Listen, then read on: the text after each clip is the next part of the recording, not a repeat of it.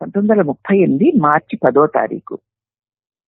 భాషణములు 468. ఈ భగవాను హాల్లోంచి వెలుపలికి వెళుతూ ఉండగా పక్కనే ఉన్న కుటీరం నుండి వేదపారాయణం వినబడింది.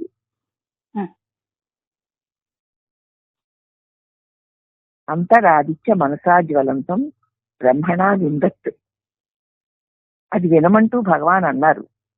అక్కడ ఎలా వినపడుతుందంటే అంతరాదిత్య మనసాజ్వలంతం బ్రహ్మణా దత్ అని వినమంటూ భగవాన్ అన్నారు. అంటే ఏమిటనమాట? అంతరాదిత్య మనసాజ్వలంతం, ఆత్మసూర్యుని ప్రకాశంలో మనస్సు ప్రకాశిస్తోంది అని. తైత్రీయోపనిషత్తులో కూడా పరమాత్మ స్వర్ణరూపిగా చెప్పి ఉంది. దీని అర్థం ఏమిటంటే సూర్య చంద్రాది గ్రహ తారకులు స్వయం ప్రకాశములనే వచించి ఉన్నా అవి తమంతట తాము వెలగలేవు. సూర్యచంద్ర తారాదులు స్వయంగా వెలుగుతున్నట్లు కనిపిస్తోన్నా అవి తమంతట తామే వెలుగవు. వాని వెలుగు పరమాత్మ జ్యోతి వల్ల భాషిస్తున్నదే. సూర్యచంద్ర తారాదులన్నీ స్వయంగా వెలుగుతున్నట్లు మనకు కనిపిస్తాయి, కానీ అవి స్వయంగా వెలిగేవి కావు. అవన్నీ పరమాత్మ జ్యోతి వల్ల ప్రకాశిస్తున్నవే. అదే మనం హారతి మంత్రంలో చెప్పుకుంటాం, నక్షత్ర సూర్యోభాతి నా చంద్ర తారకం మేమా విద్యుతో భాతి కుతోయమగ్నిం అని.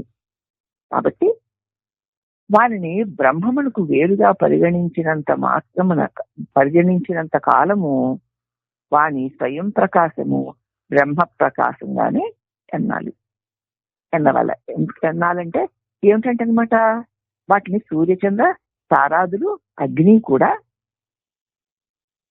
అవి స్వయం ప్రకాశముగా కనిపిస్తోన్నా ఆ ప్రకాశము బ్రహ్మ ప్రకాశమే అని తెలుసుకోవాలి. అసలు ఈ విశ్వంలో ఏది ప్రకాశిస్తోన్నా ఆత్మ ప్రకాశ సన్నిధానంలోనే ప్రకాశించాలి. దేనికి స్వయం ప్రతిపత్తి లేదు, స్వయం ప్రకాశం లేదు, స్వయం చైతన్యం లేదు. సూర్యాదులను ప్రస్తావించే శృతి మంత్రాలన్నీ బ్రహ్మమునే చెబుతూ ఉంటాయి.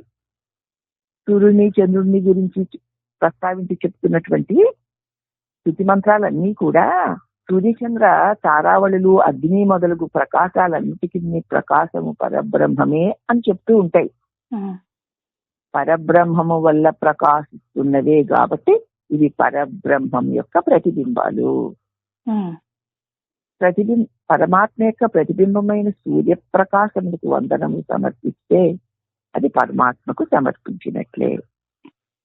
అలాగే అగ్నికి, అలాగే చంద్రుడికి, అలాగే తారలకి ఏది ప్రకాశిస్తున్నా అది పరమాత్మ ప్రకాశమే. అలాగనే దేహేంద్రియ మనోబుద్ధులు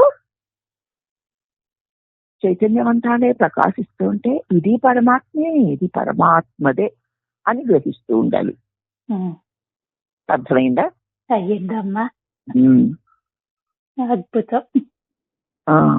అన్ని పరమాత్మ ప్రకాశంలోనే, సమస్తము పరమాత్మ ప్రకాశంలోనే.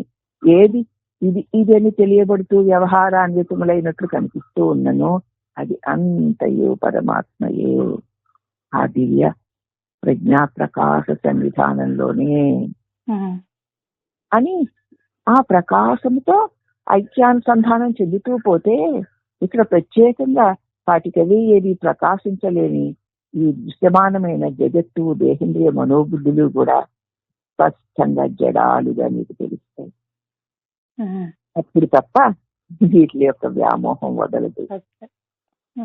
కాబట్టి ఏది మన సూర్యచంద్ర తారాదులు అగ్ని మొదలగినవే పరమాత్మ ప్రకాశం వల్ల ప్రకాశించగలుగుతుంటే ఈ జీవులు, వీరి వ్యవహారాలు, దేశేంద్రియ మనోబుద్ధులు కూడా పరమాత్మ ప్రకాశంలోనే ప్రకాశింపగలుగుతుంటే ఇవన్నీ సూర్యచంద్ర తారావళులే జడాలైనప్పుడు ఈ సమస్త సృష్టి జడమే అయినా ఆత్మ ప్రకాశ చైతన్య శక్తి వల్ల చైతన్యవంతముల వలె తోచుచున్నదంటే అసలు చైతన్యము పరమాత్మే